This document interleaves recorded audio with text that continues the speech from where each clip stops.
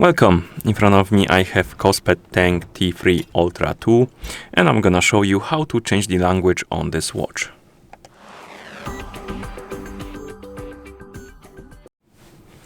So if you want to change the language, first you will need to wake up the screen, and you can do it by pressing the select button. Once you wake up the screen, press the select button again to open the menu. Scroll through the menu, look for the settings icon, and once you find it, tap on it. In settings, find the option called select language, and once you find it, tap on it, of course. Here you will see this follow the app, and it will be enabled by default. You can disable it, and now you can scroll through the list of languages, look for the language you would like to use, and once you find it, you can tap on it to select it and apply it. Let's say I want to use the Spanish.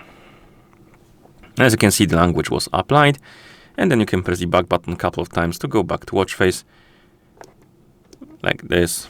And that's how you change the language on this watch. Thank you for watching. If you found this video helpful, please consider subscribing to our channel and leaving a like on the video.